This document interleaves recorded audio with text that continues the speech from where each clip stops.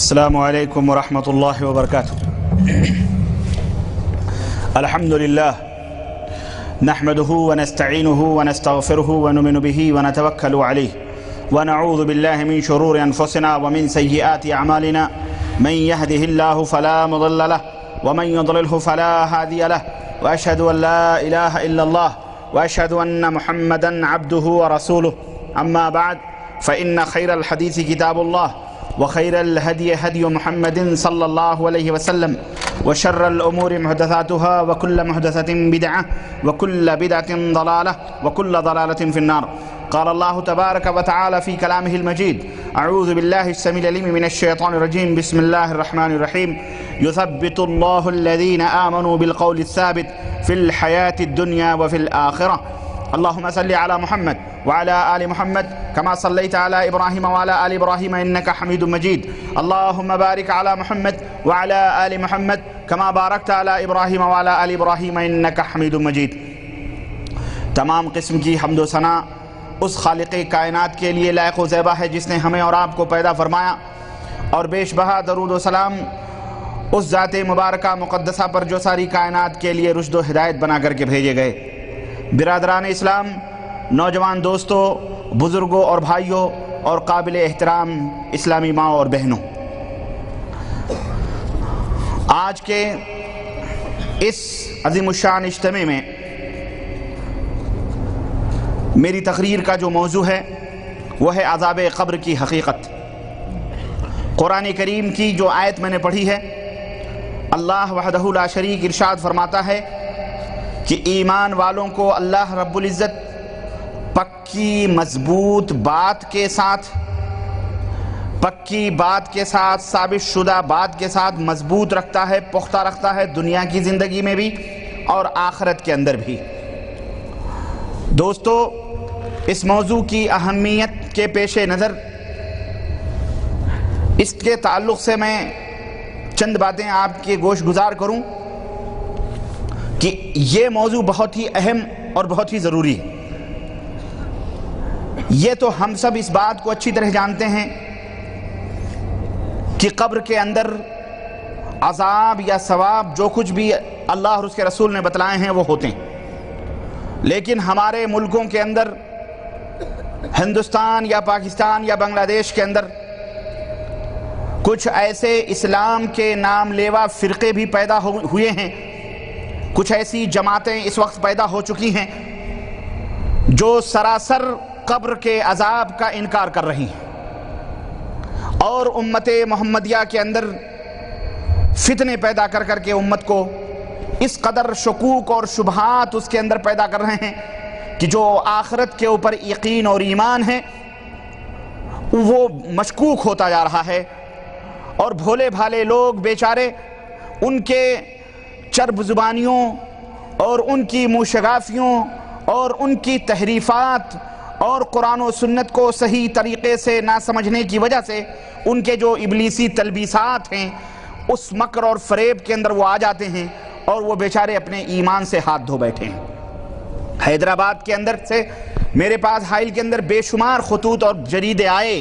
کچھ لوگوں نے باقاعدہ مسلسل مجھے خط لکھے کہ آج کل ہمارے حیدرآباد کے اندر اس کے قرب و جوار میں یہ فتنہ منکرین حدیث کا بڑی تیزی کے ساتھ پھیل رہا ہے، اور وہ لوگ سراسر صحیح بخاری کی، صحیح مسلم کی، بلکہ احادیث صحیحہ کا کھلم کھلا انکار کرتے ہیں، اور امت کے سامنے بیچارے بھولے بھالے ایسی باتیں رکھتے ہیں کہ یہ دیکھو یہ قرآن یہ کہتا ہے، یہ حدیث یہ کہتی ہے، اب دیکھو قرآن کو مانو گے کہ حدیث کو مانو گے. قرآن اور حدیث میں ٹکراؤ پیدا ہو رہا ہے. اس طرح ٹکراؤ جو ان کے ذہن و دماغ کے اندر ہے، جو ان کے ایمان و عقیدے کے اندر بگاڑ ہے، اس بگاڑ کو امت کے سامنے رکھ کر کے ان کو گمراہ کیا جاتا ہے.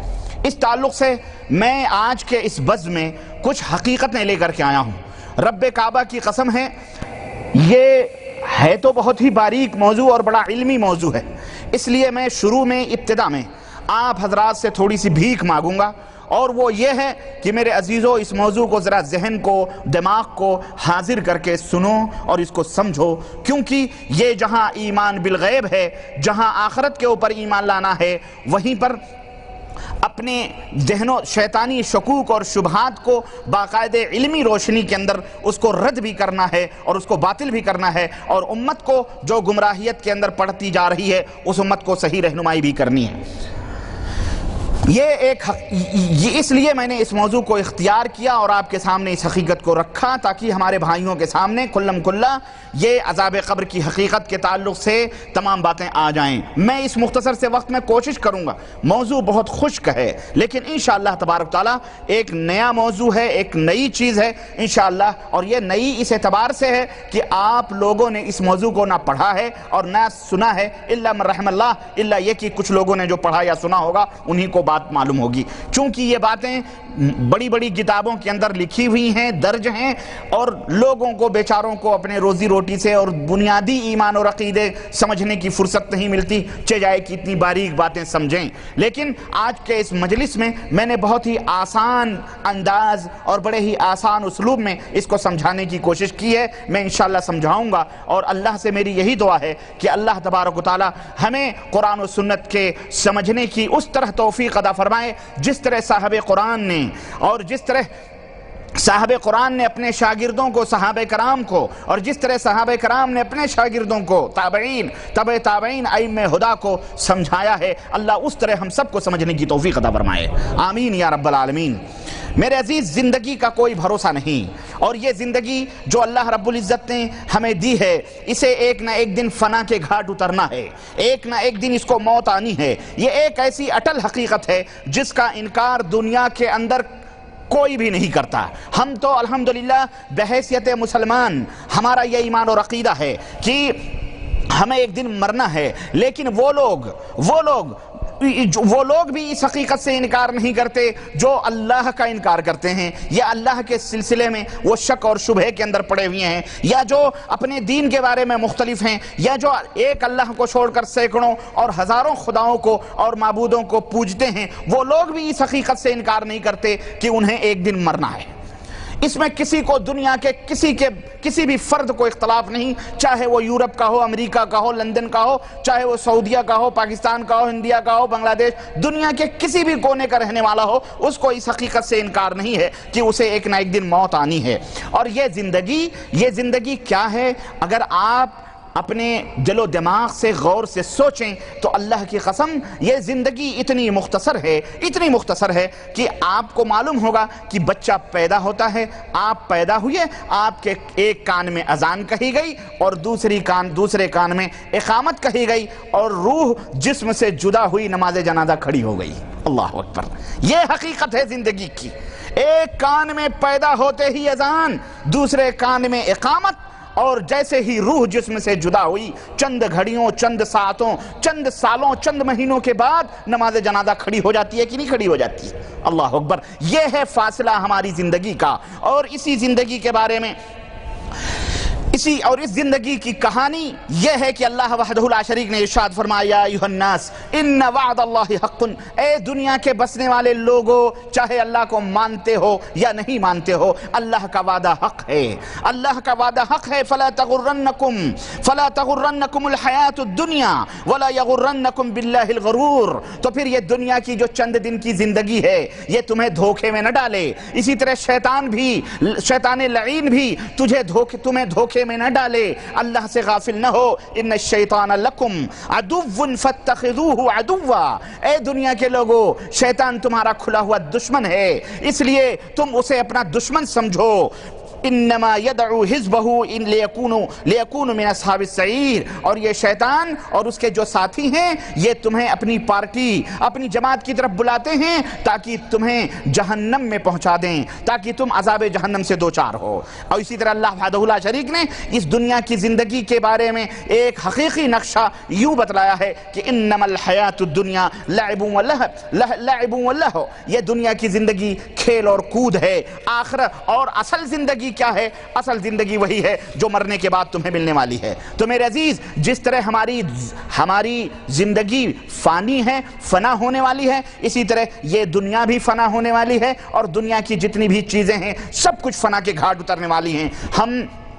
کتنے ہمارے دوست اور کتنے ہمارے اعزاء، کتنے ہمارے پہچان والے، کتنے ہمارے احباب جو جوانی کے نشے میں، دولت کے نشے میں چور، جب ان کو نصیحتیں کی گئیں، موت سے غافل اور دنیا کے رنگینیوں میں کھوئے ہوئے اور موت سے غافل اور بے پرواہ جب انہیں نصیحت کی گئی تو انہوں نے ان نصیحتوں کو نہ سنا، اچانک بلکہ انہوں نے اس کو بیکار سمجھا، اچانک ان کے اوپر موت کا فرشتہ مسلط ہوا، توبے کی بھی توفیق نہ ہوئی اور موت نے آ کر کے انہیں دبوچا، اور وہ آرزویں، جن آرزوؤں کے نشے میں وہ اندھے ہو چکے تھے، وہ تمنائیں اور وہ دنیا کی رنگینیاں جن میں ڈوب کر وہ اپنے مقصد زندگی کو بھول گئے تھے، مگر موت نے ان کی ساری رگیں ڈھیلی کر دیں۔ جب پڈلیاں پڈلیوں سے چمٹنے لگیں اور پڈلیاں پڈلیوں سے رگڑنے لگیں، آنکھیں آسمان کی طرف دیدے پھر گئے اور آنکھیں آسمان کی طرف چڑھ گئیں، اور اس طرح سے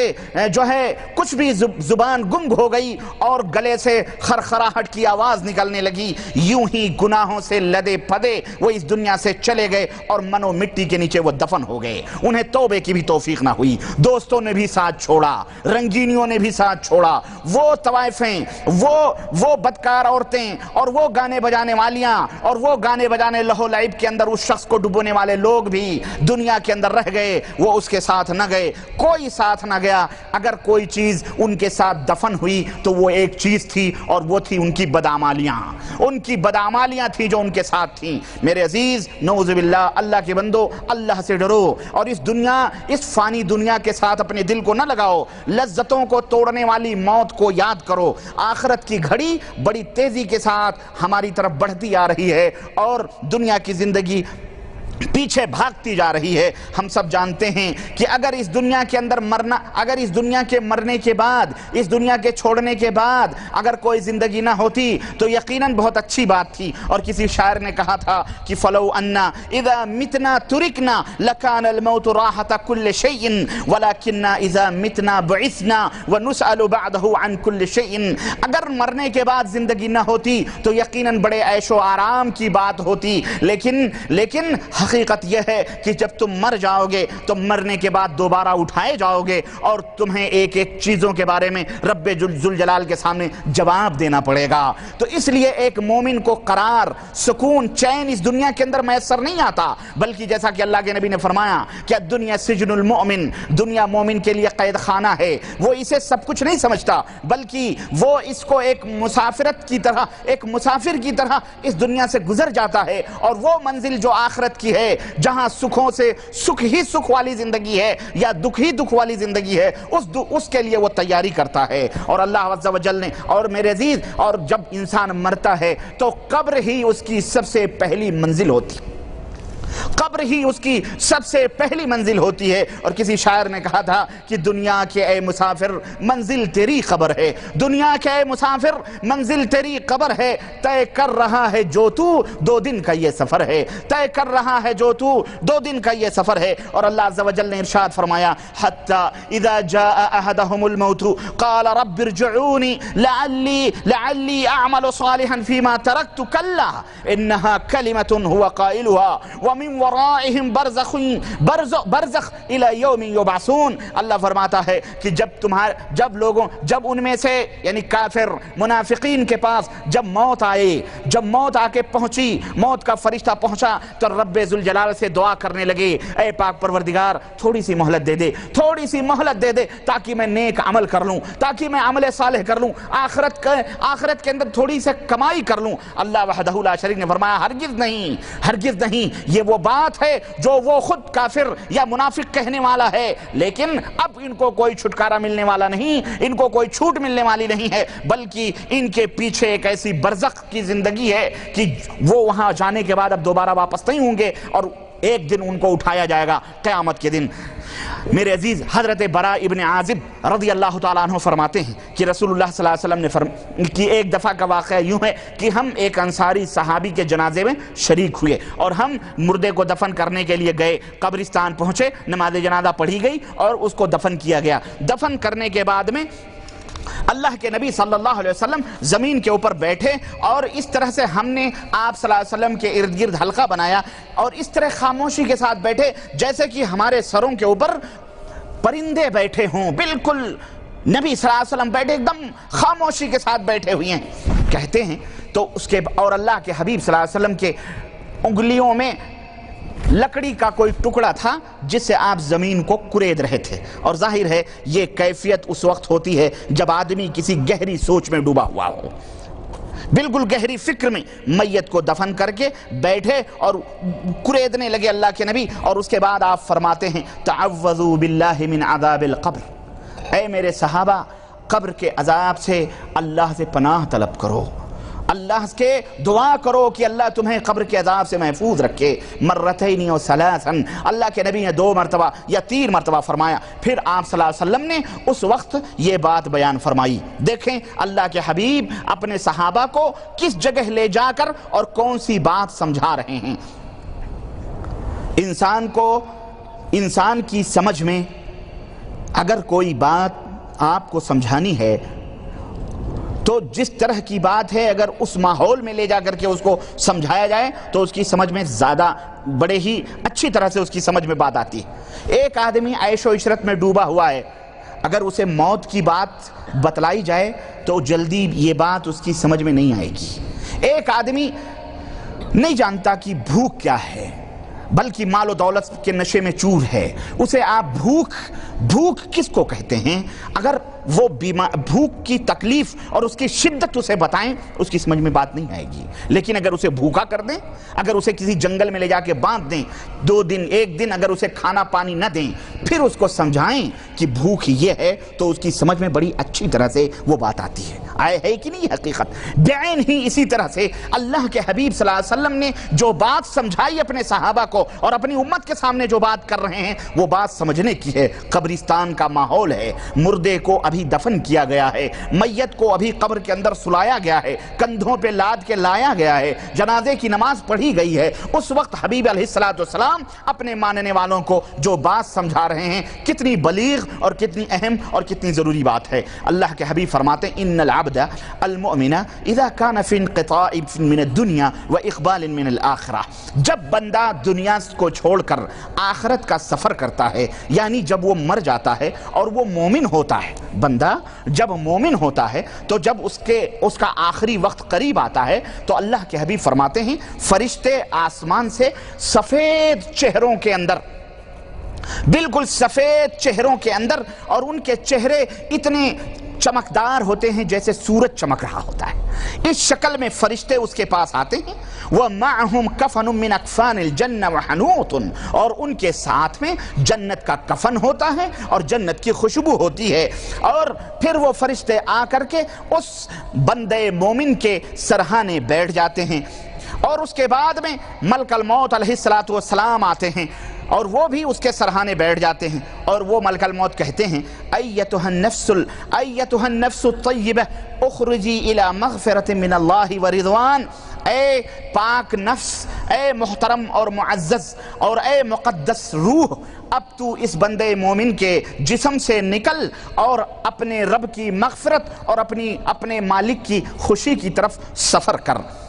قال فتخرج فتسیل کما تسیل قطرۃ من فیء السقاء، اللہ کے حبیب فرماتے ہیں اس بندے مومن سے روح اس طرح نکلتی ہے، اللہ اکبر، بندے مومن جب ہوتا ہے اس کے جسم سے روح اس طرح نکلتی ہے جیسے سراہی جب ختم ہوتی ہے تو آخری قطرہ سراہی سے گرتا ہے، پتہ نہیں چلتا ہے، اس طرح سے آخری قطرے کی طرح جسے سراہی سے قطرے ٹپکتے ہیں اسی طرح اس کے جسم سے روح نکلتی ہے، اور پھر ایک لمحہ بھی نہیں گزرتا ہے، پلک جھپکنے سے بھی کم مدت میں وہ فرشتے اس روح کو لیتے ہیں اور اس جنت کے جو خوشبوؤں میں ڈوبا ہوا کفن ہوتا ہے فوری طور پر اس کے اندر اس روح کو لپیٹ لیتے ہیں، اور اس کے بعد نبی صلی اللہ علیہ وسلم فرماتے ہیں اس روح کو لے کر آسمانوں کی طرف چڑھتے ہیں، اور جب وہ آسمانوں سے گزرتے ہیں فرشتوں کی جماعت سے تو وہ فرشتے کہتے ہیں ما ھذا الروح الطیب،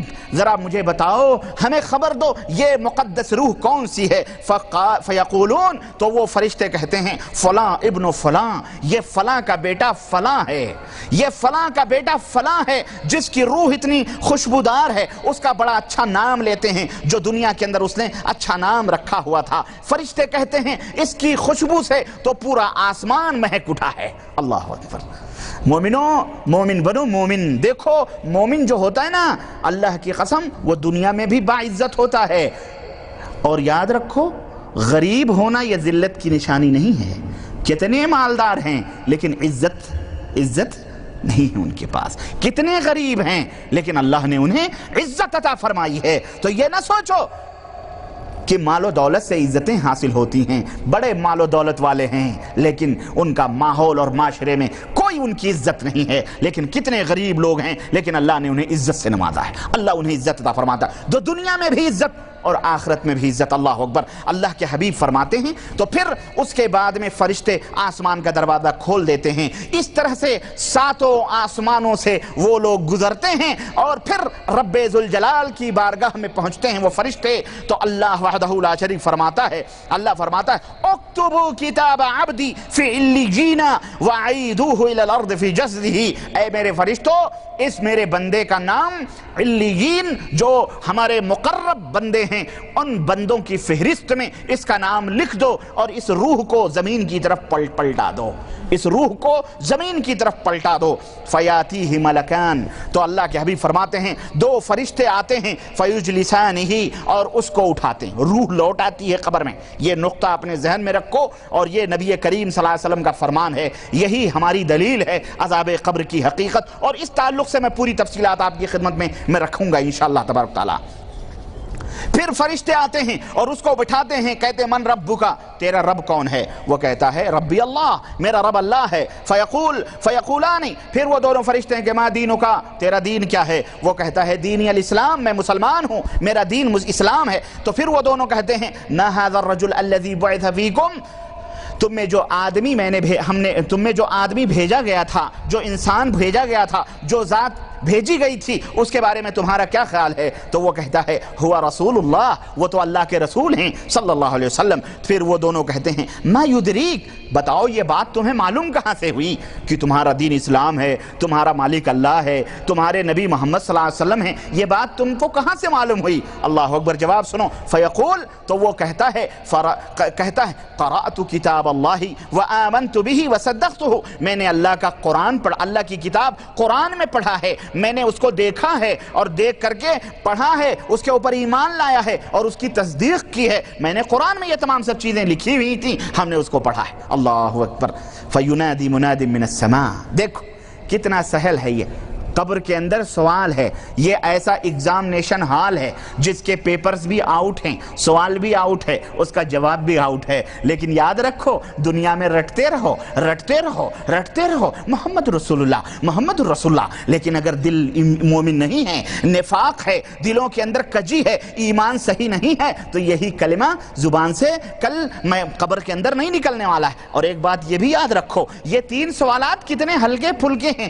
ہمارے دنیا کے اندر ایک مسلمان بننے کے لیے آدمی نے کیا کیا جھمیلے رکھے ہوئے ہیں. یہ بھی بنو، یہ بھی بنو، یہ بھی کرو، وہ بھی کرو. جب تک یہ نہیں ہوگے، جب تک یہ نہیں کرو گے، جب تک یہ دیکھیں آپ آسان لفظوں میں اللہ رب العزت کے فرشتوں نے پوچھا تمہارا دین کیا ہے، تمہارا دین کیا ہے اور تمہارا ایمان کیا ہے اور تم جو ہے اس نبی کے بارے میں تمہارا خیال کیا ہے اور تمہارا رب، یعنی ایمان اور عقیدے کے بارے میں تم سے سوال کیا جا رہا ہے. نہ نماز پوچھی جا رہی ہے، نہ روزہ پوچھا جا رہا ہے، نہ حج پوچھا جا رہا ہے، نہ زکوٰۃ ہی نہیں ہے. یہ تمام سب اعمال کے بارے میں نہیں پوچھا جا رہا ہے. پہلے سب سے پہلی منزل میں تم سے جو ایگزام، تمہاری جو آزمائش کی جا رہی ہے، تمہارے ایمان اور عقیدے کے بارے میں پوچھا جا رہا ہے. اسی لیے ہم کہتے ہیں اے مسلمانوں، پہلے ایمان اور عقیدے کی خیر مناؤ، پہلے ایمان اور عقیدے کو صحیح کرو، ایمان اور عقیدے کو درست کرو. نماز، روزے، حج، زکوٰۃ یہ بعد کی بات ہے. پہلے ایمان درست کرو. جب تمہارے ایمان درست ہوں گے اس کے بعد اپنے اعمال کو دیکھو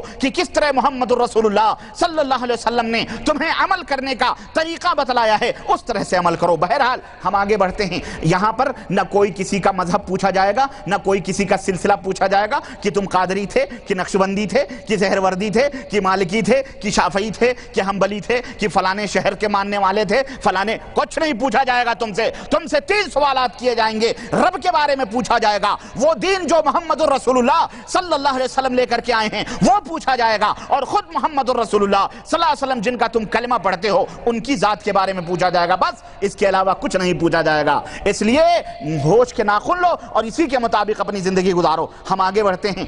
اللہ کے فرشتے پھر جب یہ جواب سنتے ہیں تو اس سے کیا کہتے ہیں؟ فَيُنَادِي مُنَادٍ مِّنَ السَّمَاءِ، آسمان سے ندا دینے والا ندا دیتا ہے، أَن قَدْ صَدَّقَ عَبْدِي فَافْرِشُوهُ، ندا دینے والا کہتا ہے میرے بندے نے صحیح بات کہی ہے، اب اس کے لیے جنت کا بچھونا بچھا دو، اللہ اکبر، جنت کی قالینیں بچھا دو، وَافْتَحُوا لَهُ بَابًا إِلَى الْجَنَّةِ، اور جنت کے دروازے اس کے لیے کھول دو۔ پھر اس کے بعد میں جنت کے دروازے کھول دیے جاتے ہیں، جنت کے بسترے بچھا دیے جاتے ہیں، پھر اس کی پاک روح فَيَأْتِيهِ مِن رَوْحِهَا وَطَيِّبِهَا، پھر جنت کی خوشبوئیں، جنت کی ہوائیں اسے ملتی ہیں، اور پھر اس کی قبر کشادہ کر دی جاتی ہے، قبر کشادہ کر دی جاتی ہے۔ کتنی کشادہ؟ 2 میٹر، 10 میٹر، 50 میٹر؟ نہیں، اللہ کے حبیب فرماتے ہیں مد بصر ہی، تا حد نظر، جہاں تک اس بندے کی نگاہ جاتی ہے وہاں تک اس کی قبر کشادہ کر دی جاتی ہے۔ اللہ اکبر۔ قال وَيَأْتِيهِ رَجُلٌ حَسَنُ الْوَجْهِ، اس کے بعد میں پھر ایک حسین اور جمیل اور خوبصورت سا آدمی اس کے پاس آتا ہے، اچھا کپڑا پہنے ہوئے، اچھی خوشبو لگائے ہوئے، اور پھر وہ کہتا ہے اے بندے خدا، تجھے ہم خوشخبری سنانے آئے ہیں، تجھے اللہ تبارک و تعالیٰ نے آج یہ دولت عطا فرمائی ہے، یہ اپنی نعمت عطا فرمائی ہے، تو خوش ہو جا کہ آج اب تو اچھا تیری زندگی گزرے گی۔ تو وہ کہتا ہے من انتا، تو کون ہے؟ اتنا حسین چہرہ، اتنے اچھے کپڑے، اتنی خوشبوؤں میں ڈوبا ہوا، آخر تو کون آدمی ہے جو مجھے خوشخبری سنانے آیا ہے؟ تو وہ کہتا ہے انا عملک الصالح، ارے بندے میں تیرا وہی عمل ہوں جو نیکیاں کر کر کے تو دنیا میں مرا ہے، آج اللہ نے مجھے یہ شکل عطا فرمائی ہے اور میں تیرا نیک عمل ہوں جو میں تجھے خوشخبری دینے کے لیے آیا ہوں۔ اللہ اکبر۔ فیقول، اب وہ انسان کیا کہتا ہے؟ کہتا ہے رب اقم الساعہ، رب اقم الساعہ، اے پاک پروردگار قیامت کو ابھی بلا دے، اے اللہ قیامت کو ابھی قائم کر دے تاکہ میں اپنی قبر سے اٹھ جاؤں اور اپنے بال بچوں کو، اپنے اہل و عیال کو جا کے میں بتلا سکوں کہ ہے میرے اہل و عیال، ہے میرے بال بچوں، دیکھو دنیا کے اندر زندگی میں نے کیسے گزاری تھی، کس طرح سے دنیا کے اندر میں شدت و بلاؤں میں تھا، لیکن آج میری نیکیاں، میرے ایمان میرے کام آ گئے، اے میرے بچوں خوش ہو جاؤ کہ اللہ نے میرے مقدر میں جنت لکھ دیا ہے۔ اللہ اکبر۔ میرے مسلمان بھائیو، اللہ ہم سب کو جنت میں جگہ عطا فرمائے، اللہ ہم سب کو اس پہلی منزل میں کامیابی عطا فرمائے، اللہ ہم سب کو اپنے نبی کی ان پیاری حدیث کے مطابق آخرت کی یہی زندگی ہمیں نصیب فرمائے، آمین یا رب العالمین۔ اللہ اکبر۔ اللہ کے حبیب فرماتے ہیں کہ اے میرے صحابہ، لیکن اگر وہ روح کافر کی ہوتی ہے، روح کسی بد مذہب کی روح ہوتی ہے، کسی منافق کی ہوتی ہے، کسی بے ایمان اور غیر مسلم کی ہوتی ہے، اللہ کے نبی فرماتے ہیں پھر جب وہ دنیا سے رخصت ہونے لگتا ہے، جب وہ مرنے لگتا ہے تو فرشتے اترتے ہیں آسمانوں سے، اور کون سے فرشتے اترتے ہیں؟ عذاب کے فرشتے، کالے کلوٹے، چہرے خطرناک اور بھیانک، اور ان کے ہاتھوں میں موٹا کھردرا سا کمبل ہوتا ہے، جو دنیا کی جو سب سے بدبودار چیز ہوتی ہے، ان بدبودار کمبلوں کی طرح اس کے اندر بدبو ہوتی ہے۔ وہ فرشتے آتے ہیں اور پھر موت کا فرشتہ آتا ہے، اس کافر کے سرہانے بیٹھتا ہے اور وہ کہتا ہے ایتھا النفس الخبیثہ، اے ناپاک روح، اے بدبخت روح، جس نے اللہ کے اوپر ایمان نہ لایا، جس نے رسول کے اوپر ایمان نہ لایا، جس نے اللہ کی باتوں کے اوپر ایمان نہ لایا، اخرجی، نکل تو اس بدبخت جسم سے اللہ کی ناراضگی کی طرف، اللہ کے عذاب کی طرف۔ اس کے بعد میں اس کے جسم سے روح نکالی جاتی ہے، اس طرح سے نکالی جاتی ہے جس طرح سے کہ اون سے بالوں کو کس طرح کاپوس یا روئیاں یا کپاس کس طرح دھنے جاتے ہیں، اور کس طرح اس کے اندر سے جو ہے خراب چیزوں کو نکالا جاتا ہے لوہے کے آنکڑوں کی طرح، اسی طرح اس کے جسم سے روح نکالی جاتی ہے، اور نکال کر کے وہ فرشتے ایک لمحہ بھی نہیں گزرتا ہے کہ اس بدبودار کمبل میں لپیٹ کر کے اسے آسمان کی طرف لے کر کے چلتے ہیں، اور پھر پہلے آسمان پہ فرشتے پوچھتے ہیں یہ کون سی بدبودار روح ہے جس کی بدبو سے آسمان بھرا جا رہا ہے، یہ کون ہے؟ تو وہ فرشتے کہتے ہیں یہ فلاں ابن فلاں ہے، یہ فلاں ہے جو دنیا کے اندر بے ایمان تھا، جو دنیا کے اندر منافق تھا، جو دنیا کے اندر کافر تھا، بدبخت تھا، یہ اس کی روح ہے۔ چنانچہ اللہ رب العزت ارشاد فرماتا ہے کہ لا تفتح لهم ابواب السماء ولا يدخلون الجنة حتى يلج الجمل في سم الخياط. یہ وہ روح والے ہوں گے جن کے لیے آسمان کے دروازے نہیں کھولے جائیں گے اور نہ ہی یہ جنت میں داخل ہو سکتے ہیں. جس طرح ایک اونٹ سوئی کے ناکے میں داخل نہیں ہو سکتا، اسی طرح یہ جنت کے اندر داخل یہ کفار یہ مشرکین نہیں ہو سکتے ہیں. اللہ فرمائے گا اکتبوا کتابہ فی سجین، اسے جیل خانے کے رجسٹر میں اس کا نام لکھ دیا جائے اور وہ بدبودار روحیں جہاں ہیں وہیں اس کو ڈال دیا جائے اور پھر نام لکھ کر کے اس کو دنیا کے اندر سجین کے اندر سفلا کے اندر پھینک دیا جائے. چنانچہ وہاں پھینک دیا جاتا ہے. اللہ رب العزت ارشاد فرماتا ہے وَمَن يُشْرِكْ بِاللَّهِ، جو اللہ کے ساتھ شرک کرتا ہے فَكَأَنَّمَا خَرَّ مِنَ السَّمَاءِ، آسمان سے ایسے گرتا ہے فَتَخْطُفُ الطَّيْرُ، جیسے آسمان سے کوئی چیز گر رہی ہو تو اسے کوئی پرندہ اچک لیتا ہے، یا ہوائیں اسے لے جا کر کے کہیں کسی کوڑے کرکٹ میں ڈال دیتی ہیں بری جگہوں میں. اسی طرح سے اس کی روح بھی اسی طرح سے اس کی روح لوٹائی جاتی ہے اور اس طرح اس کی ذلت اور رسوائی ہوتی ہے. وہ روح پھر اس مردے کے اندر آتی ہے. پھر دو فرشتے آتے ہیں بالکل نیلی کلر کے، نیلی آنکھوں والے. وہ فرشتے وہاں آتے ہیں اور اس سے پوچھتے ہیں من ربکا، اے بدبخت روح، اے بدبخت انسان، یہ بتلا تیرا رب کون ہے؟ تو وہ کافر کیا کہتا ہے؟ ہا ہا لا ادری. وہ قبر میں کیا کہتا ہے؟ ہا ہا لا ادری، ہائے افسوس میں نہیں جانتا، ہے افسوس مجھے کچھ پتہ نہیں ہے. فیقولان ما دینک، تیرا دین کیا ہے؟ تو وہ کہتا ہے ہا ہا لا ادری، ہمیں نہیں معلوم ہے. پھر وہ دونوں فرشتے کہتے ہیں ما ھذا الرجل الذی بعث فیکم، جو نبی تمہارے درمیان بھیجا گیا تھا اس کے بارے میں تمہارا خیال کیا ہے؟ وہ کہتا ہے ہا ہا لا ادری، مجھے نہیں پتہ ہے. پھر آسمان سے ندا دینے والا ندا دیتا ہے کہ افرشو من النار، اس کے لیے جہنم کا بچھونا بچھا دیا جائے، جہنم کی کھڑکیاں کھول دی جائیں. تو پھر اس کے پاس وہاں سے جہنم کی گرمی اور جہنم کی بدبو اور زہریلی جہنم کی ہوائیں اس کے پاس آتی ہیں اور اللہ کے نبی فرماتے ہیں یضیق علیہ قبر، اس کی قبر کو تنگ کر دیا جاتا ہے. اور اتنی قبر تنگ ہو جاتی ہے، وہ قبر اتنی تنگ ہو جاتی ہے کہ تختلف فیہ اضلاعہ، اس کی پسلیاں اور ہڈیاں ایک دوسرے کے اندر مل جاتی ہیں. اس طرح قبر اس کو چمٹتی ہے. اور یاتی ہے رجل قبیح الوجہ، پھر اس کے پاس ایک بدشکل آدمی آتا ہے جس کے جسم سے بدبو نکل رہی ہوتی ہے. وہ اس کو کہتا ہے خوش ہو جا، تیرا ٹھکانہ جہنم ہے. تو وہ کہتا ہے یہ بتا تو کون ہے جو مجھے جہنم کی خوشخبری دینے آیا ہے؟ وہ کہتا ہے میں تیرا برا عمل ہوں، میں تیری بدکاریاں ہوں، میں دنیا کے اندر جو تو کرتا تھا میں وہی ہوں جو اللہ نے مجھے تیرے پاس بھیجا ہے. تو وہ کہتا ہے رب لا تقم الساعہ، وہ کافر کہتا ہے اللہ قیامت نہ آنے دے، اے اللہ قیامت ہرگز نہ آئے، اے اللہ قیامت قائم نہ کر. یہ حدیث مسند احمد کے اندر موجود، سنن ابو داؤد کے اندر موجود، حاکم کے اندر موجود. اور یہ حدیث امام بخاری اور امام مسلم کے شرطوں کے اوپر اس کی سند ہے، اور جس کو علامہ ذہبی نے بیان کیا ہے. اور علامہ البانی جو اس عہد کے سب سے بڑے محدث تھے رحمۃ اللہ علیہ، انہوں نے اس حدیث کو جو ہے صحیح قرار دیا ہے. تو اس حدیث پاک سے ہمیں مکمل طور پر ایک قبر کا مکمل طور پر اور مرنے کے بعد کیا ہوتا ہے، نبی علیہ الصلوۃ والسلام نے یہ مکمل طور پر ہمارے سامنے نقشہ بیان فرمایا ہے. اور اسی طرح سے حضرت انس ابن مالک کی ایک روایت آتی ہے، اللہ فرماتے ہیں کہ اللہ کے نبی صلی اللہ علیہ وسلم نے فرمایا کہ بندہ جب قبر کے اندر رکھا جاتا ہے تو اس کے اصحاب یا اور اس کے ساتھی جب پلٹ کر کے واپس ہونے لگتے ہیں تو انہ لیسمع قرع نعالہم، تو وہ بندہ اپنے ساتھیوں کے جوتوں کے چاپ اور آہٹ کو بھی سنتا ہے. پھر اس کے بعد اس کے پاس فرشتے آتے ہیں اور وہی سوال و جواب ہوتا ہے جو میں نے ابھی بتلایا ہے. چنانچہ اس طرح سے کافروں کو اس روایت کے اندر جو صحیح بخاری اور صحیح مسلم کی ہے، کافروں کو اللہ کے رسول صلی اللہ علیہ وسلم فرماتے ہیں کہ جب وہ کہتا ہے مجھے نہیں معلوم ہے تو وہ فرشتے جو منکر نکیر ہوتے ہیں وہ اس کے اوپر گرز مارتے ہیں اور وہ ہتھوڑے مارتے ہیں، جس کی وجہ سے وہ پاش ہو جاتا ہے اور چیختا ہے ایسی چیخ کہ جنات اور انسان کے علاوہ جتنی بھی مخلوقات ہیں اس کی چیخ کو وہ سنتے ہیں. یہ حدیث صحیح بخاری اور صحیح مسلم کے اندر ہے. اسی طرح منکر نکیر جو فرشتے ہیں یہ بھی حق ہیں، جو ان کا انکار کرتا ہے وہ بھی کافر ہے.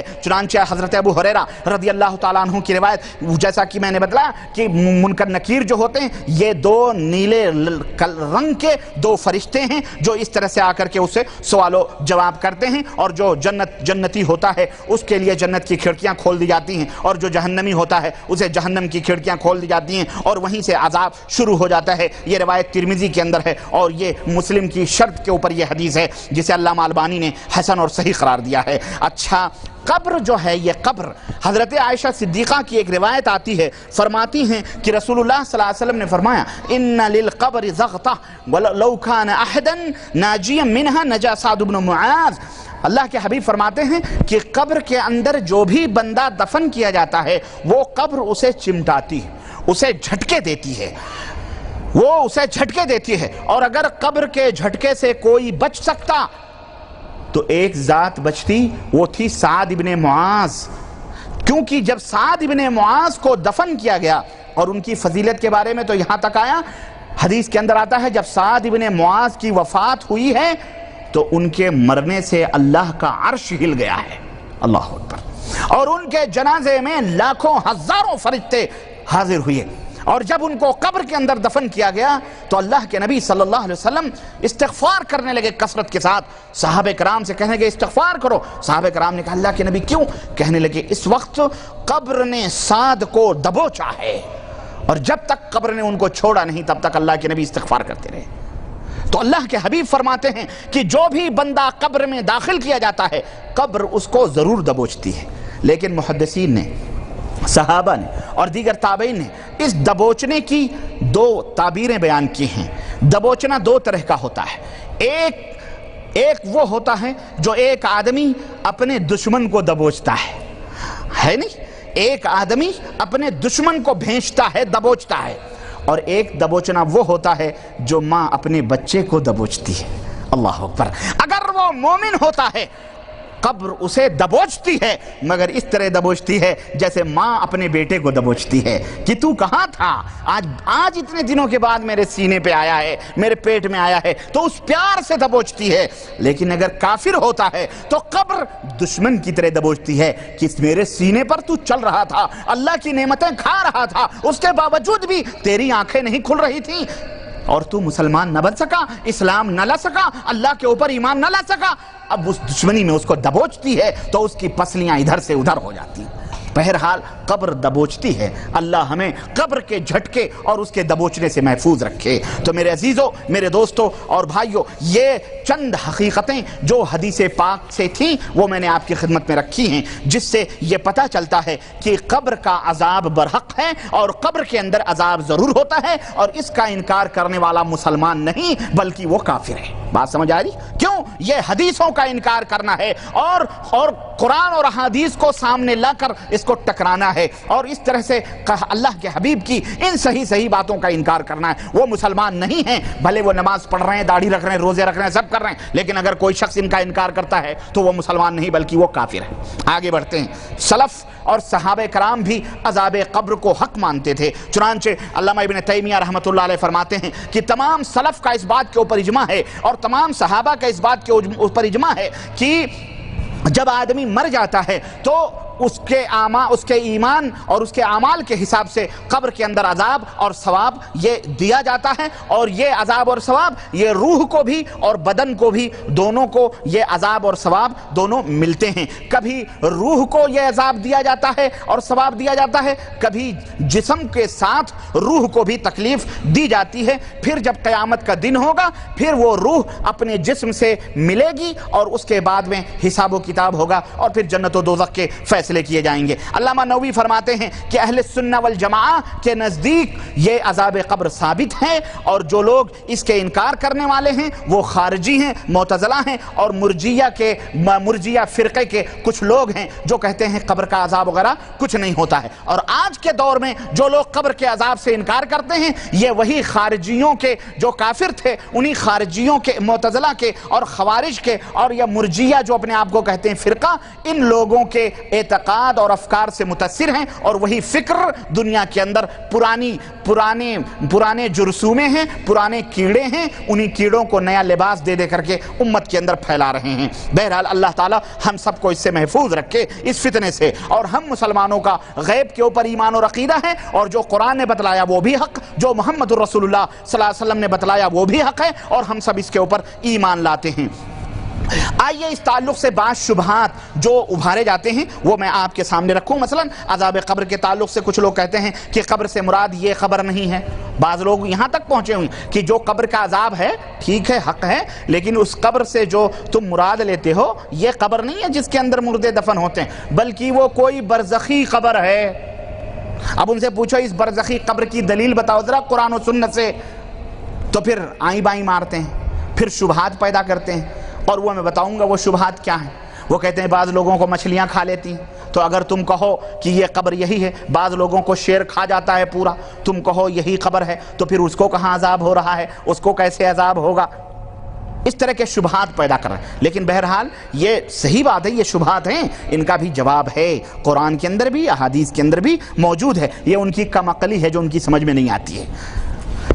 اور میں انشاءاللہ تعالیٰ آج کے اس مجلس میں وہ میں ایک بنیادی جو حقیقت تھی قرآن و سنت کی روشنی میں وہ میں نے آپ کے سامنے رکھ دی. اب آئیے شکوک اور شبہات کے دنیا میں چلتے ہیں اور آپ کو میں یہ روحوں کا ایک سفر میں کرواتا ہوں جو وہ حقیقتیں ہیں جو شاید یہ باتیں تو آپ نے بہت ساری جگہوں پہ سنی ہوں گی، لیکن جو اب میں بتلانے جا رہا ہوں بہت کم لوگوں نے ان حقیقتوں کو سنا ہوگا. آئیے میں وہ حقیقتیں اور صبر کا ذرا مظاہرہ کریں، اور اگر تھوڑا سا ٹائم ہو جائے میں لوں تو اس کے لیے ذرا پلیز اٹھک بیٹھک نہ کریں تو زیادہ مہربانی ہوگی. اٹھک بیٹھک تو نہیں ہوگی نا، اس لیے کہ انشاءاللہ یہ ایسا علم ہے جو میں دینے جا رہا ہوں، اور انشاءاللہ قرآن و سنت کی روشنی میں انشاءاللہ آپ کو اس کا زبردست فائدہ ہوگا اور ایمان کے اندر پختگی اور مضبوطی پیدا ہوگی. اور جو لوگ احادیث کا انکار کرتے ہیں ان کا آپ منہ توڑ جواب بھی دے سکتے ہیں انشاءاللہ تبارک تعالی. کچھ لوگ کہتے ہیں کہ قبر سے مراد یہ قبر نہیں برزخی قبر ہے، کچھ لوگ کہتے ہیں قبر کا عذاب ہی نہیں ہوتا. بہرحال اس طرح سے، اور کچھ لوگ کہتے ہیں کہ اگر قبر میں عذاب یا ثواب مانا جائے تو پھر میدان محشر میں حساب و کتاب جو ہوگا اس کا کیا مطلب ہے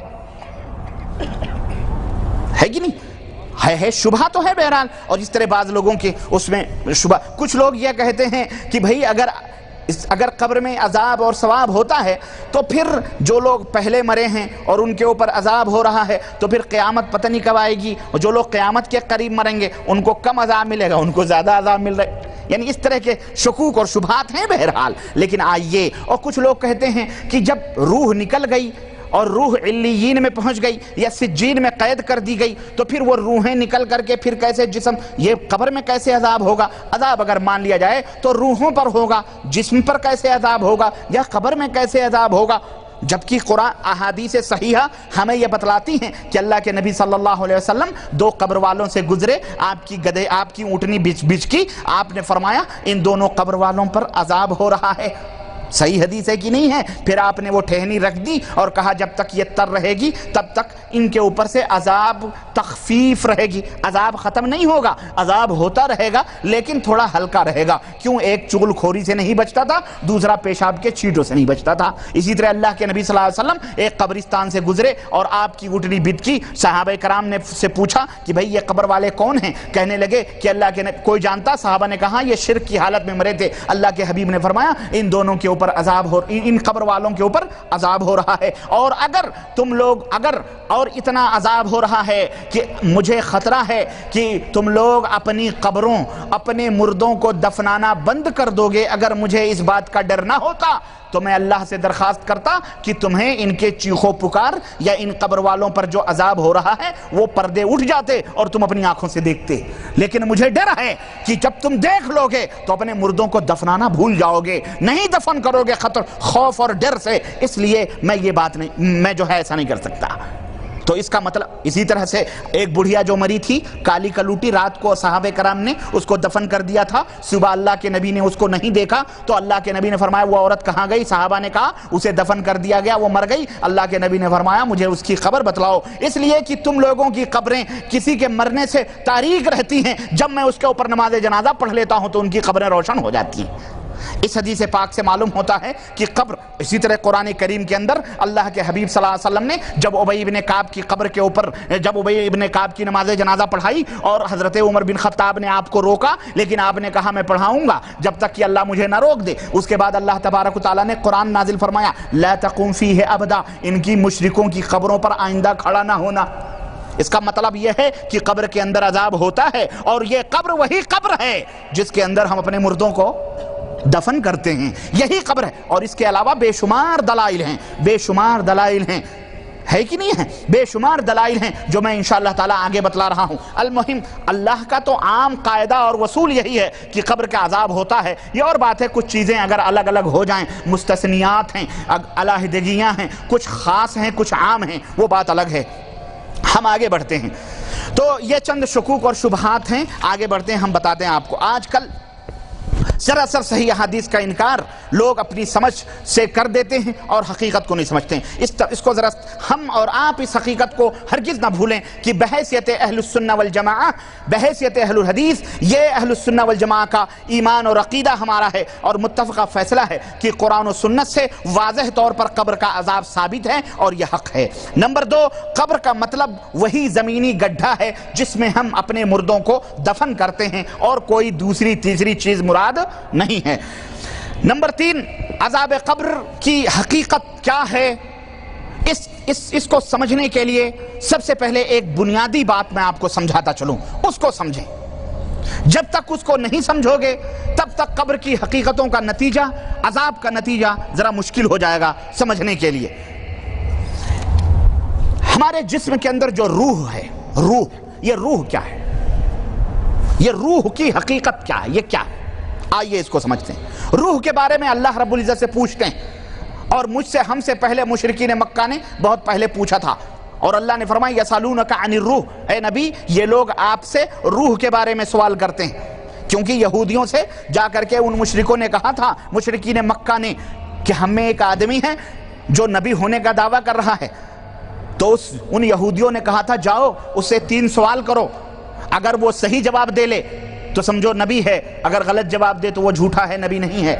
ان 3 سوالوں میں سے ایک سوال روح کا بھی تھا، تو اللہ رب العزت نے جواب دیا کہ اے نبی آپ سے یہ لوگ روح کے بارے میں پوچھتے ہیں، قل الروح من امر ربی، آپ کہہ دیجئے یہ روح میرے رب کے حکم سے ہے، یہ روح میرے رب کے حکم سے ہے۔ وما اوتیتم من العلم الا قلیلا، اور یاد رکھو تمہیں بہت تھوڑا علم دیا گیا ہے، زیادہ بڑھنے کی کوشش نہ کرو، روح یہ اللہ کے حکم سے بس، اس تعلق سے تمہیں بہت کم علم دیا گیا ہے، تم ہر چیز کی کنہ، ہر چیز کی حقیقت نہیں معلوم کر سکتے، الا یہ کہ اللہ کسی کے اوپر ظاہر فرما دے وہ بات الگ ہے، لیکن تم دنیا ہی کے اندر اگر آسمان کی حقیقت میں تم سے پوچھوں تو تم بتلا سکتے ہو، ستاروں کی حقیقت پوچھوں بتلا سکتے ہو؟ میاں یہی گوشت اور پوش کا بنا ہوا یہ جو جسم ہے نا، اس انگلی سے تو کچھ دکھائی نہیں دیتا، لیکن یہی چمڑے اور گوشت کی کہ یہ 2 بٹن لگے ہوئے ہیں، اس سے پوری دنیا روشن نظر آ رہی ہے، اس کی کیا حقیقت ہے؟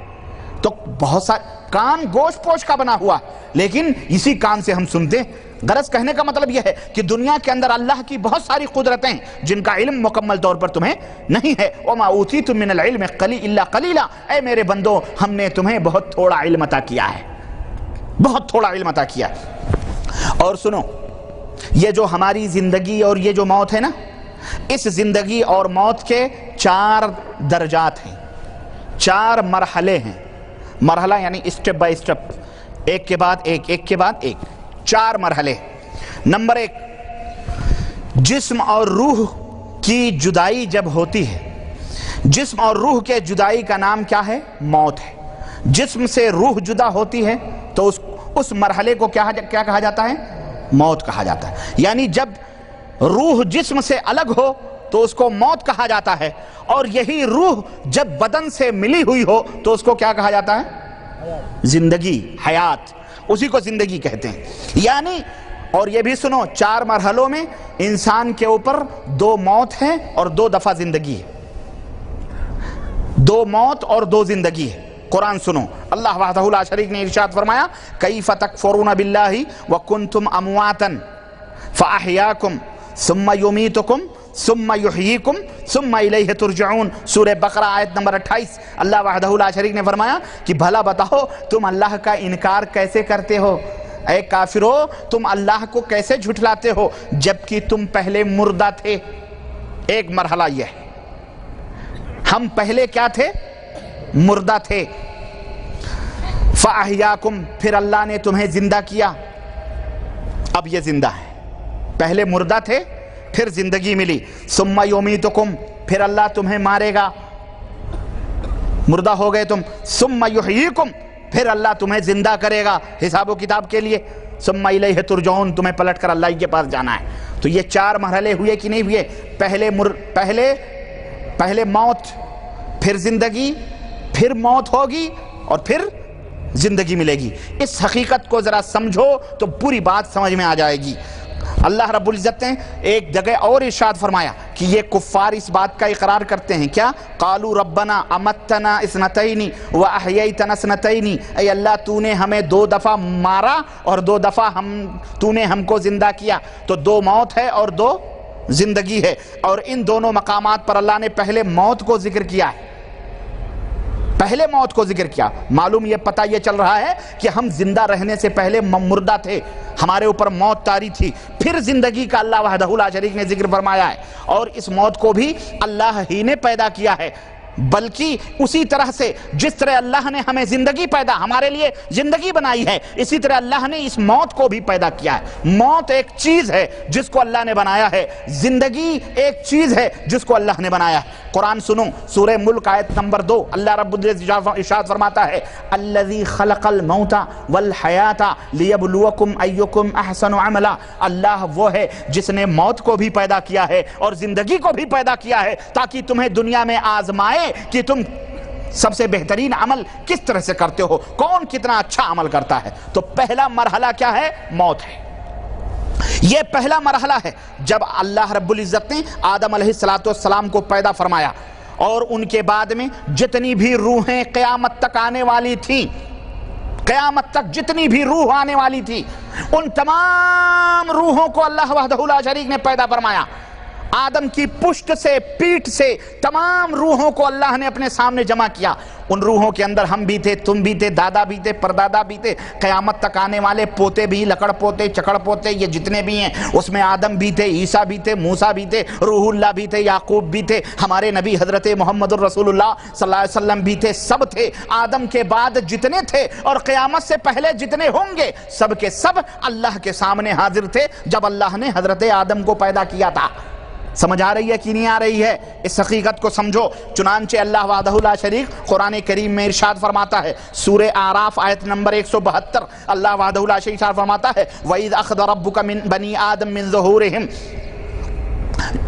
ظُهُورِهِمْ ذُرِّيَّتَهُمْ، اللہ تبارک و تعالیٰ نے جب آدم کو پیدا کیا تو ان کی پشت سے جتنی بھی قیامت تک آنے والی اولاد تھی، ان کی روحوں کو، ان کی ذریتوں کو بھی ظاہر فرمایا، اور اللہ نے ان سے وعدہ لیا، ہم سے بھی وعدہ لیا، تم سے بھی وعدہ لیا، پوری قیامت تک آنے والے روحوں سے وعدہ لیا۔ اور کیا وعدہ لیا؟ اشہدہم علی انفسہم، ذریتہم اشہدہم علی انفسہم الست بربکم، ہم نے بھی، تم نے بھی، قارون نے بھی، فرعون نے بھی، ابو لہب نے بھی، ابو جہل نے بھی، ہم نے بھی، بال ٹھاکرے بھی، واجپائی بھی، اور مولانا بھی، حضرت بھی، علامہ بھی، صوفی بھی، تم بھی، ہم بھی، سب سے، غیر مسلم ہیں یا کافر ہیں، جو کرسچن ہیں کہ یہودی ہیں، سب سے اللہ تبارک و تعالیٰ نے اس وقت یہ وعدہ لیا تھا الست بربکم، کیا میں تم سب کا رب نہیں ہوں؟ کیا میں تم سب کا پالن ہار نہیں ہوں؟ کیا تم سب کا مالک نہیں ہوں؟ قالوا بلا شہیدنا، اے ساری روحوں نے بیک وقت آواز ہو کر کے جواب دیا تھا، ہاں اللہ تو ہمارا رب ہے، ہم اس کے اوپر گواہی دیتے ہیں۔ اور یہ بات اللہ نے کیوں کی تھی؟ یہ کام اللہ نے کیوں کیا تھا؟ اللہ فرماتا ہے ان تقولوا یوم القیامت انا کنا عن ھذا غافلین، تاکہ جب میدان قیامت میں ہم تمہیں اپنے سامنے حساب و کتاب کے لیے بلائیں تو تم ہمارے سامنے یہ نہ کہہ سکو ہے پاک پروردگار ہم تو اس سے غافل تھے، ہمیں تو پتہ نہیں تھا۔ اور اس وعدے کو اور اس عہد کو اور اس وعدے کو یاد دلانے کے لیے اور اس وردان کو یاد دلانے کے جو وعدہ کیا گیا تھا یاد دلانے کے لیے اللہ رسولوں کا سلسلہ جاری فرماتا رہا، اللہ کتابوں کو نازل فرماتا رہا، تاکہ امت کو، بندوں کو ہر بات معلوم ہوتی رہے، ان تک یہ خبر پہنچتی رہے، کوئی بھولے نہیں۔ اللہ فرماتا ہے تاکہ میرے سامنے عذر نہ کر سکو، تم نے وعدہ تم سے ہم نے لے لیا تھا، اب اگر کفر کر رہے ہو اور اسلام کو چھوڑ کر کوئی اور مذہب اختیار کر رہے ہو تو اختیار کرو، قیامت کے دن ہم اسی وعدے کے مطابق تمہاری گرفت کریں گے۔ تو میرے عزیز کہنے کا مطلب یہ ہے، یہ موت کا مرحلہ ہے۔ یہ کون سا مرحلہ تھا؟ جب روح کو اس کا بدن نہیں ملا تھا، روح کو اپنا، اس کی ایک چیز تھی، اس کی ایک شکل تھی روح کی، لیکن اس روح کو جسم نہیں ملا تھا، بدن ہمارا نہیں ملا تھا۔ اس وقت اللہ تعالیٰ نے وہ مرحلہ جب روح کو بدن نہیں ملا تھا تو وہ موت سے اللہ نے تعبیر فرمایا اور کہا وہ موت ہے۔ یہ موت کا مرحلہ اس وقت سے لے کر جب سے ہماری روح پیدا ہوئی کب تک ہے؟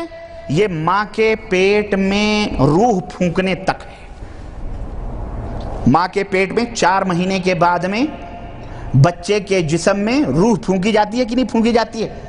تو جب وہ روح پھونکی جاتی ہے اور جب سے وہ پیدا ہوئی ہے روح آدم علیہ السلام سے لے کر، اور اس پیٹ میں بچہ جو ہے اس میں 4 مہینے کے بعد جو روح پھونکی جاتی ہے 4تھے مہینے میں، اس وقت تک کا جو مرحلہ ہے، جو عرصہ ہے، جو مدت ہے، جو ٹائم ہے، اس کو موت کہا جاتا ہے۔ اور جو روح پھونک دی جاتی ہے اب یہ کہا جاتا ہے بچہ چلنے پھرنے پیٹ میں لگا ہے، گھومنے لگا ہے، زندگی آ گئی ہے کہ نہیں ہے؟ تو اس وقت کو موت سے تعبیر کیا جاتا ہے۔ لیکن جیسے ہی اس روح کو پیٹ کے اندر جسم ملتا ہے اس کو کیا کہا جاتا ہے؟ زندگی سے اس کو تعبیر کیا جاتا ہے۔ اچھا اب آگے بڑھتے ہیں۔ یعنی روح اس وقت تو زندہ تھی، مگر چونکہ اسے پیدا ہونے کے بعد فوراً جسم نہیں ملا تھا، اس لیے اس کو ظاہر ہے وہ روح زندہ تھی کہ نہیں تھی؟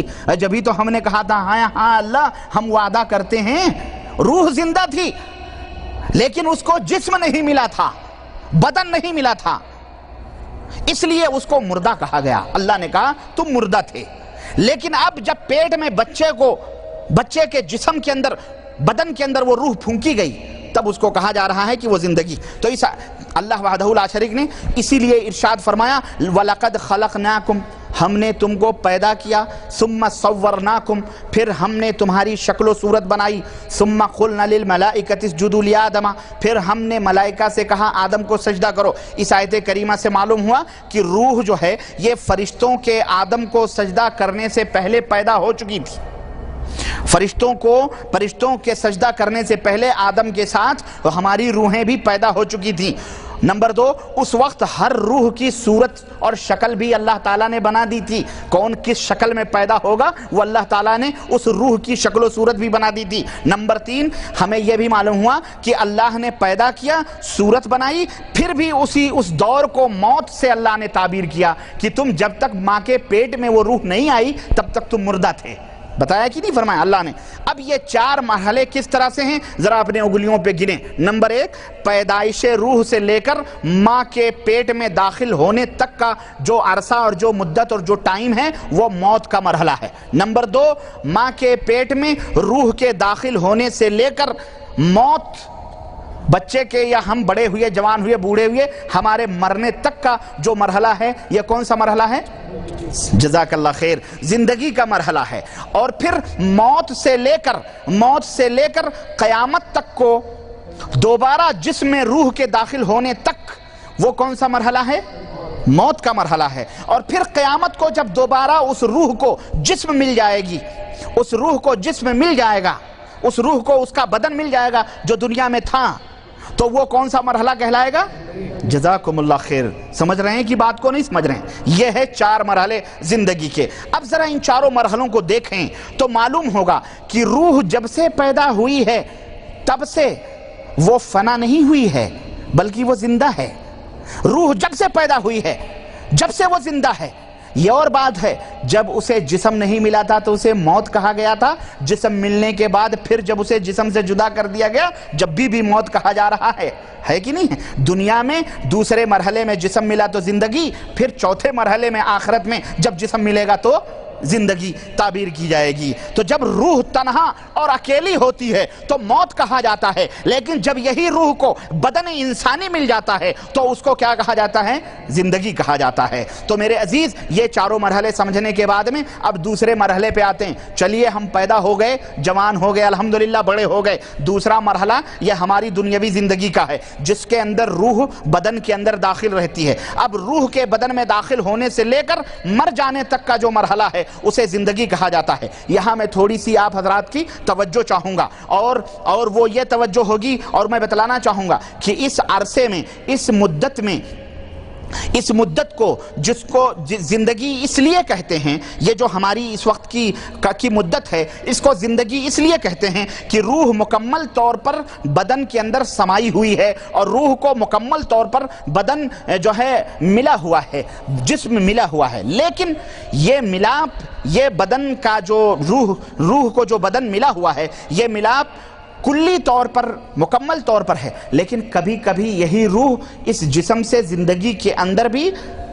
ختم کر دی جاتی ہے، کٹ ہو جاتا ہے اس کا سلسلہ منقطع ہو جاتا ہے۔ یعنی کبھی کبھار یہ روح اور جسم کا جو یہ تعلق اور جو کنیکشن ہے، یہ کٹ بھی جاتا ہے۔ گویا موت اور زندگی کے اس قانون میں استثنائی شکل موجود ہے۔ میں آپ کو بتاؤں گا یہ کیسے کٹتا ہے۔ چنانچہ یعنی کوئی عام طور پر تو قانون یہی ہے کہ زندگی اور روح دونوں ایک ہی ہیں، لیکن کبھی کبھی اس زندگی میں بھی یہ روح ہم سے نکل جاتی ہے، روح ہم سے جدا ہو جاتی ہے۔ ایسی استثنائی شکل اور صورت موجود ہے، اور اس میں کوئی شک نہیں کہ اللہ کا جو قانون ہے وہ اٹل ہے، لیکن اللہ رب العزت نے جو قانون بنایا ہے، یہ بھی یاد رکھو، اس قانون کے سامنے اللہ بے بس اور مجبور نہیں ہے کہ ہم کو زندگی دے دیا تو بات ختم ہو گئی، اب یہ روح اپنی زندگی سے الگ نہیں ہو، جسم سے الگ نہیں ہو سکتی، نہیں، بلکہ اللہ تبارک و تعالیٰ کبھی کبھی اس عام ضابطے اور قانون اور نیم اور رول کے خلاف بھی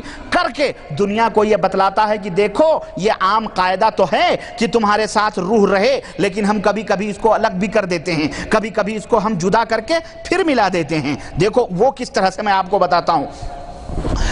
تو یہ اللہ رب العزت کی مرضی ہے، وہ جیسے چاہتا ہے، جب چاہتا ہے اپنے قانون کو تبدیل فرماتا ہے۔ آگ کی مثال دیتا ہوں میں، یہ آگ، اس کا عام قاعدہ اور قانون کیا ہے کہ اگر کوئی شخص کوئی چیز ڈالے تو اس کو جلا دیتی ہے۔ آگ کے اندر جلانے کی طاقت و قوت اور شکتی ہے کہ نہیں ہے؟ عام قاعدہ اور قانون ہے، اگر آپ ہاتھ ڈالو وہ بھی جلا دے، کوئی بھی چیز ڈالو وہ آگ جلا دے گی۔ لیکن اللہ اکبر، ذرا آپ دیکھو اللہ کا قانون تو ہے یہ، لیکن کبھی کبھی اس میں استثنائی شکل بھی آتی ہے، علیحدگی کی امتیازی صورت بھی آتی ہے۔ یہی آگ جب حضرت ابراہیم علیہ السلام جلائے گئے تو رب ذوالجلال نے اس آگ کے اندر جلانے کی شکتی کو کھینچ لیا، اس آگ کے جلانے کی طاقت کو کھینچا کہ نہیں کھینچا، اور فرمایا قلنا یا نار کونی بردم و سلاما علی ابراہیم، اے آگ ابراہیم کے اوپر ٹھنڈی ہو جا، سلامتی ہو جا، تیرا کام جلانا ضرور ہے، پر تو بھی میری مخلوق ہے، تو بھی میرا بندہ ہے، میں تیرے اندر جو جلانے کی طاقت و قوت ہے میں اس کو سلب کر لے رہا ہوں، چھین لے رہا ہوں، تیرا کام تو یہ عام قاعدہ ہے، لیکن رب ذوالجلال نے اس قاعدے کے خلاف اپنی شکتی اور اپنی قدرت اور اپنی طاقت کو بندوں کے اوپر دکھلانے کے لیے ظاہر فرمایا کہ نہیں فرمایا؟ چھری کا کام کیا ہے؟ چھری کا کام یہ ہے کہ جس چیز کے اوپر پڑے اس کو صاف کر دے، اس کو کاٹ دے وے، لیکن اللہ اکبر، یہی چھری جب حضرت اسماعیل علیہ السلام کے گردن پر رگڑی جا رہی تھی، حضرت ابراہیم اپنے بیٹے کی گردن پر چلا رہے تھے، تو یہی چھری رب ذوالجلال کے حکم سے کند ہو چکی تھی، گردن کو نہیں کاٹ رہی تھی، یہ چلانے کی، اس کو نہ کاٹنے کی طاقت کس نے دی، اس کے کاٹنے کی قوت کو کس نے چھینا؟ یہ عرش کے اوپر مستوی اللہ وحدہ لا شریک نے چھینا کہ دیکھو چھری کا کام تو کاٹنا ہے، لیکن ہم نے اس وقت اس کی طاقت کو چھین لیا ہے۔ تو میرے عزیز، اللہ کا قاعدہ اور قانون تو ہوتا ہے، لیکن کبھی کبھی اللہ تعالیٰ اس کے اندر کچھ الگ الگ نظام رکھے ہوئے ہے، استثنائی شکل و صورت رکھی ہوئی ہے کہ اللہ جب چاہتا ہے اس کو چھین لیتا ہے، جب چاہتا ہے اس کو اس کے اندر داخل فرما دیتا ہے۔ یہ قاعدہ سمجھو، اور البتہ ایک بات میں اور یہاں بتلاتا چلوں، پورے قرآن کا مطالعہ کرو، اللہ رب العزت کے اکثر قاعدوں قانونوں کے اندر وہ جب چاہے تبدیلی کر سکتا ہے، وہ مجبور اور بے کس، وہ اس قاعدے اور قانون کے سامنے مجبور نہیں ہے، بلکہ ان اللہ علی کل شیء قدیر، اللہ ہر شے کے اوپر قادر ہے۔ لیکن ایک بات بتاؤں، پورے قرآن کا مطالعہ کر کے چلے جاؤ آپ، ایک قاعدہ ایسا ہے جس کے خلاف اللہ تبارک و تعالی نہ پہلے کیا ہے اور نہ قیامت تک کرنے والا ہے، اس کے بارے میں اللہ نے فرمایا لن تجد لسنت اللہ تبدیلا، اللہ کے اس طریقے میں، اس قانون میں تم کبھی تبدیلی نہیں پاؤ گے۔ اور وہ قاعدہ کیا ہے معلوم ہے؟ وہ قاعدہ یہ ہے کہ جب دنیا سرکشی کے اوپر اتر آتی ہے، جب دنیا کے اندر بدکاریاں پیدا ہو جاتی ہیں، جب دنیا کے اندر اللہ کے احکام کی بغاوتیں شروع ہو جاتی ہیں، تو اللہ تبارک و تعالیٰ اس قوم کو مٹا دیتا ہے، اس قوم کو برباد کر دیتا ہے، اس قوم کے اوپر اپنا عذاب نازل فرماتا ہے۔ اس قانون کو کبھی، یہ قانون کبھی رب ذوالجلال کا نہیں نہیں بدلا ہے۔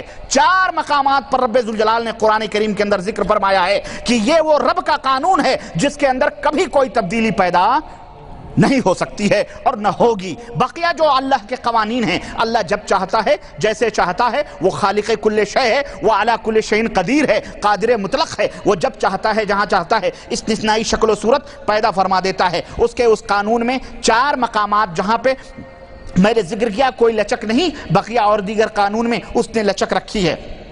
اب آئیے ذرا میں بتلاؤں کہ اللہ رب العزت کس طرح موت و زندگی کے قانون میں جب چاہتا ہے تبدیلی فرماتا ہے، اور یہی وہ استثنائی اور علیحدگی کی صورت ہے، یعنی عام قانون سے خاص طریقے پر اللہ رب العزت نے اس کو شکل میں رکھا ہوا ہے۔ مثلا عیسیٰ علیہ السلام کو اللہ رب العزت نے کون سا معجزہ عطا فرمایا تھا؟ عام طور پر جب کوئی مر جاتا ہے تو اسے زندگی نہیں ملتی ہے، اور قانون ہے اللہ کا یہی نظام ہے کہ جب روح جسم سے جدا ہوتی ہے تو پھر پلٹ کر کے واپس نہیں آتی ہے۔ کب آئے گی؟ جب میدان محشر ہوگا، محشر بپا ہوگا، اور حشر و نشر کے وقت جب سور پھونکا جائے گا تب یہ روح اپنے اپنے جسم میں پلٹ کے آئے گی۔ یہی اللہ کا فیصلہ ہے، یہی اللہ کا قانون ہے، یہی قرآن بھی ہے، یہی حدیث بھی ہے، سب کچھ یہی ہے۔ لیکن ہم قرآن پڑھتے ہیں تو دیکھتے ہیں عیسیٰ علیہ السلام مردے کو کہتے ہیں قم بإذن اللہ، اللہ کے نام سے کھڑا ہو جا، وہ مردہ اٹھ کے بیٹھ جاتا ہے۔ سوال یہ پیدا ہوتا ہے جو مر چکا تھا اس کی روح لوٹائی گئی، اللہ نے اپنے قانون میں تبدیلی پیدا کی کہ نہیں کی؟ یہ وہ استثنائی شکل و صورت ہے، جب اللہ چاہتا ہے تو وہ چیزیں کر لیتا ہے، اس کے اوپر کسی کا جبر یا زور نہیں چلتا ہے۔ تو یہ بات ذہن میں رکھو کہ یہ کوئی اٹل ایسی حقیقت نہیں ہے کہ اللہ مجبور ہے، بے کس ہے کہ نہیں جو مر گیا اب لوٹا نہیں سکتا، نہ، بلکہ یہ اللہ کی طاقت و قوت میں ہے، وہ جب چاہتا ہے کرتا ہے۔ دوسری طرف حضرت عزیر علیہ السلام جو نبی تھے، ایک بستی سے گزرے جو بستی برباد کر دی گئی تھی، مر چکے تھے بستی والے۔ اللہ رب العزت جب دیکھا انہوں نے بستی والوں سے تو بستی کو دیکھا برباد کر دی گئی تو کہنے لگے قال ان یحیی هذه الله بعد موتها، بھلا یہ بستی والے جو مر چکے ہیں اللہ انہیں کیسے زندہ کرے گا دوبارہ، یہ کیسے اٹھ سکتے ہیں؟ سورہ بقرہ آیت نمبر 259 اللہ رب العزت نے فرمایا فَأَمَاتَهُ اللَّهُ مِئَةَ عَامٍ، ان کی زبان سے یہ بات نکلنا تھی، اللہ سے پوچھنے لگے ارے یہ تو برباد کر دیے گئے، مر گئے، اب یہ کیسے اٹھیں گے؟ اللہ فرماتا ہے 100 برس تک میں نے ان کو مردہ کر دیا، موت دے دی۔ کس کو؟ عزیر علیہ السلام کو موت آ گئی، اور وہ 100 گدھا تھا ان کے ساتھ، ان کے کھانے پینے تھے، سب کچھ تھے، 100 برس تک وہ مر گئے، پڑے رہے، ٹھیک ہے، 100 برس پڑے رہے۔ ثم بعثہ، پھر 100 برس کے بعد اللہ تعالیٰ نے ان کو زندہ کیا۔ قال کم لبثت، کہنے لگے عزیر یہ بتلاؤ کتنے دن تک زندہ رہے؟ قال لبثت یوما او بعض یوم، یہی کوئی ایک آدھ دن ہوئے ہیں مجھے مرے ہوئے۔ اللہ فرماتا ہے ایک آدھ دن نہیں، 100 برس تک، 100 برس تک تم کو میں نے مردہ رکھا، اور یہ تمہارا گدھا دیکھو سڑ گل کے اس کی ہڈیاں پنجڑے پڑے ہوئے ہیں، لیکن تم اپنا کھانا بھی دیکھو کس طرح تر و تازہ رکھا ہوا ہے۔ اللہ اکبر، تم اپنا کھانا بھی دیکھو جس کے بھاپ بھی ابھی ختم نہیں ہوئے ہیں، اور یہ گدھا دیکھو کس طرح سے اس کا پجڑا پڑا ہوا ہے، اس کا صرف ہڈیاں پڑی ہوئی ہیں، اور اپنی آنکھوں سے دیکھو میں اسے کیسے لحم، اس کو کیسے گوشت پہناتا ہوں اور اس کو کیسے زندہ کرتا ہوں۔ عزیر اپنی آنکھوں سے دیکھ رہے ہیں، اس کے اندر گوشت لگ رہے ہیں، اور تھوڑی دیر کے بعد میں اتھل پتھل ہوئی اور جناب عالی وہ گدھا پھر کھڑا ہو گیا۔ اللہ فرماتا ہے اس طرح سے میں مردے سے زندہ کرتا ہوں، یہ دیکھو یہ میری قدرت۔ تو وہ جو گدھا مر چکا تھا، وہ جو نبی مر چکے تھے، انہیں دوبارہ زندگی ملی کہ نہیں ملی؟ اللہ نے اپنی قدرت سے انہیں زندہ، یہ استثنائی شکل ہے، جبکہ اس کا قانون ہے کہ جو مر جاتا ہے وہ دوبارہ زندہ، لیکن اللہ چاہتا ہے تو اس طرح زندہ کر۔ اور آگے بڑھو، بنی اسرائیل کا واقعہ آپ پڑھو، وہ جس کے اندر قالوا ادع لنا ربک، جس میں بار بار وہ یہودی کہتے ہیں اے موسیٰ اللہ سے دعا کرو کہ ہمارے لیے، اللہ نے حضرت موسیٰ نے کہا گائے ذبح کرو، انہوں نے کہا اللہ سے دعا کرو کیسی گائے ہو، پھر موسیٰ نے کہا ایسی ہو، پھر کہنے لگے یہ بتاؤ، وہ یعنی پوری 10-12 سوالات جو ان کے ہیں، ہے نہیں. وہ گائے کیوں ذبح کروائی جا رہی تھی پتہ ہے اللہ نے جو بیان فرمایا سورہ بقرہ آیت نمبر 72 اور 73 کے اندر؟ وہ گائے اس لیے ذبح کروائی جا رہی تھی کہ ان کے اندر ایک آدمی کو قتل کر دیا گیا تھا اور وہ قاتل کا پتہ نہیں چل رہا تھا. کوئی کہہ رہا تھا فلاں نے قتل کیا, کوئی کہہ رہا تھا فلاں نے قتل کیا. اللہ نے کہا گائے ذبح کرواؤ. گائے ذبح. فَإِذَا قَتَلْتُمْ نَفْسًا فَادَّارَأْتُمْ فِيهَا. اللہ فرماتا ہے تم نے ایک جان ماری اور اس میں آپس میں شک و شبہے میں پڑ گئے, ایک دوسرے کے اوپر الزام تراشیاں شروع ہوئیں. واللہ مخرج ما کنتم تکتمون. اور اللہ کی یہ منشا تھی کہ قاتل پکڑا جائے کیونکہ تمہارے اندر وہ چھپا ہوا ہے, تم اس قاتل کو چھپا رہے ہو, تو ہماری یہ منشا ہے کہ وہ پکڑا جائے. فَقُلْ نَضْرِبُوهُ بِبَعْضِهَا. گائے ذبح کر دی جائے. گائے ذبح کر دی گئی. گائے ذبح کرنے کے بعد اللہ نے فرمایا اس کے ایک گوشت کے ٹکڑے کو, اس مردے کو مارو. دیکھو یہ اللہ قانون تو یہی ہے کہ جو قتل کر دیا جائے دوبارہ زندہ, لیکن اللہ دیکھو قرآن کے دلائل ہیں یہ وہ میں یہ اس لیے بتلا رہا ہوں کہ اس میں کوئی شک نہیں کہ اللہ کا عام قانون یہی ہے, لیکن اللہ مجبور نہیں ہے. اللہ جب چاہتا ہے جو چاہتا ہے جیسے چاہتا ہے کرتا ہے. تو اللہ رب العزت نے فرمایا اس کو مارو. گوشت کا ٹکڑا مارا گیا, وہ آدمی زندہ ہو کے بیٹھ گیا. پوچھا گیا کس نے قتل کیا؟ کہا فلاں نے ہم کو قتل کیا ہے. چور پکڑا گیا, قاتل پکڑا گیا. سورہ بقرہ آیت نمبر 72 اور 73. اور آگے بڑھو, یہ حضرت ابراہیم علیہ السلام ہے. اللہ نے سورہ بقرہ آیت نمبر 260 کے اندر ان کا واقعہ ذکر فرمایا اور کیا کہا؟ وَإِذْ قَالَ إِبْرَاهِيمُ رَبِّ أَرِنِي كَيْفَ تُحْيِي الْمَوْتَى. جب ابراہیم نے کہا اے اللہ مجھے تو دکھا دے تو مردے سے زندہ کیسے کرتا ہے, تو پھر پورا واقعہ آپ کو معلوم ہے کہ اللہ نے فرمایا کہ کیا تجھے میرے اوپر یقین نہیں ہے؟ کہنے لگے یقین ہے وَلَٰكِن لِيَطْمَئِنَّ قَلْبِي, تاکہ میرا دل مطمئن ہو جائے. اللہ نے فرمایا 4 پرندوں کو پکڑو, ان کو ذبح کرو. ذبح کرنے کے بعد میں ان کو ادھیڑ دو, بوٹیاں بوٹیاں کر دو, ایک کو خلط ملط کر دو, سارے پرندوں کو خلط ملط کر دو, پھر پہاڑوں کی 4 چوٹیوں پہ رکھ دو چاروں کو. فَثُمَّ ادْعُهُنَّ, پھر ان کو آواز دو, پھر ان کو آواز دو. یَأْتِینَکَ السَّعْیَا, رب کے قانون سے آواز تم دو گے, اللہ انہیں زندہ کر کے تمہارے پاس لائے گا. ابراہیم نے ایسے ہی کیا, چاروں کو خلط ملط کر کے اور جناب علی جب قتل پتل مار پیٹ کے اور ان کے پکھڑے اکھڑے سب نکال کے پہاڑوں پہ رکھ دیے اور پکارنا شروع کیا. تو چاروں پرندے دھڑا دھڑ آپس میں جو جس کا گوشت, جو جس کا پوچھ, جو جس کے چمڑے, جو جس کے پنکھیڑو جتنے پرتے لگ پھڑ کر کے فوراً حضرت ابراہیم علیہ السلام کے سامنے آ گئے. دیکھیں مرنے کے بعد زندگی نہیں ہے, جب قتل کر دیا ختم کر دیا ختم. لیکن اللہ رب العزت یہ بتلانا چاہتا ہے کہ اللہ رب العزت کے ہاں ان قوانین میں لچک ہے, جب چاہے وہ جیسے کر سکتا ہے. یہ میں بتا رہا ہوں. اس طرح کی اور بھی مثالیں آپ کو قرآن کریم کے اندر ملیں گی. موسیٰ علیہ السلام کو دیکھ لیجئے, توریت جب اپنی قوم کے اندر لائے تو یہی خبیث یہودیوں نے کہا ہم نہیں مانتے کہ یہ اللہ کا کلام ہے, تم ہم کو اپنی آنکھوں سے دکھاؤ کہ اللہ آسمان سے تمہارے لیے یہ کلام اتارا ہو. حضرت موسیٰ علیہ السلام کہنے لگے چلو بھائی 70 آدمی ان اپنی قوم سے لیے کوہ طور پہ پہنچے. اب جب کوہ طور پہ پہنچے ثابت کرنے کے لیے تو ان یہودیوں نے پھر چلانا شروع کیا بنی اسرائیل نے کہ اے اللہ مجھے دکھا دے. تو نمبر 2 ایک تو ہمارے سامنے آ جا, اور نمبر 2 یہ جو کتاب ان کو دیا ہے پھر سے اتار کے دکھا. اللہ نے کہا یہ تو نہیں ہو سکتا ہے. ایک بجلی کڑکی اور سارے کے سارے مر گئے, سارے کے سارے مر گئے, 70 کے 70 مر گئے.